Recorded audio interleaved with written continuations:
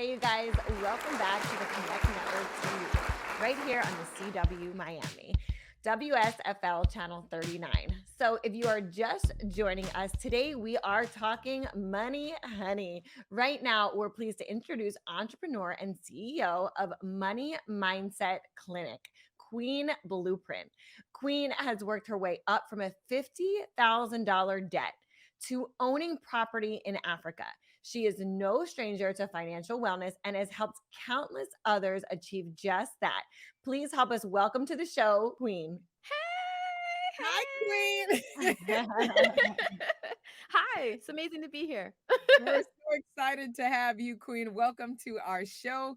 And we're excited to have you as a guest, like I said. So let's jump straight into it. I'm really intrigued by the name of your company, Queen, Money Mindset Clinic. So you help your clients, correct me if I'm wrong, improve their finances and their financial mindset. Number one, where did you gain such a unique perspective on financial literacy? If you can share with us. So I got my bachelor's in psychology. I was really into figuring out like what was going on within the Black culture and why we made certain decisions that we make. One of those being money, but I didn't really understand that until I got into my own situation where I was in the 50,000 and I was like, I just don't understand how come I can't figure out how to get out of this debt. Like why not? And then I said, you know what? I think it has more to do with what's going on at home, like what I was experiencing, arguing with my family about money, and then like literally blowing money flying out of the country because I was like, look, I'm just gonna catch flights, no feelings. I'm not gonna worry about this. Right. Catch And flights, not feelings. catch flights, not feelings. And then like I actually stumbled upon the Financial Therapy Association and I was like, oh, this is a real thing. And then I kind of dove into that. And now, yes, that is what I do. Catch flights, not feelings, honey. I'm taking it for life. Thank you. So you also help individuals to purchase international real estate. I'd love for you to dive into this and tell us a little bit more about that and how it differs from national real estate. In 2021 I like went to the motherland for the first time and I went to Kenya specifically, Mm. and last year I finally was able to acquire my eighth of an acre, and we're currently Ooh. building a 4 bedroom 4 bath duplex about 10 minutes from the beach. And so before I even thought about doing this, I was like, this is really a rental income kind of thing, like how can I do this Airbnb thing internationally? And so that's really how it started. And now I teach others how to do that by saying, okay, do you have inherited property in the Caribbean, in Africa? Do you want to go and purchase it? And the process is typically the same, honestly. There's different names for things, but the process is pretty much the same. Gotcha. So I want to pinpoint something because somebody might have heard it and caught it, eighth of an acre. Before I ask my next question, can you touch on that? What is that? Essentially, it's like I think an acre is actually like 7 football fields or like 5 football fields, but an eighth of an acre is like maybe one. Like, Okay, so we're it's working with the maybe football maybe field. maybe maybe half, Right. maybe half, but it's not like ginormous. I don't know how else Sure. to say that, but yeah. So an eighth is like a little piece of an acre. But that Oh, the point driven for that was that something acquired or inherited from for you. for me, it was bought. It was not inherited.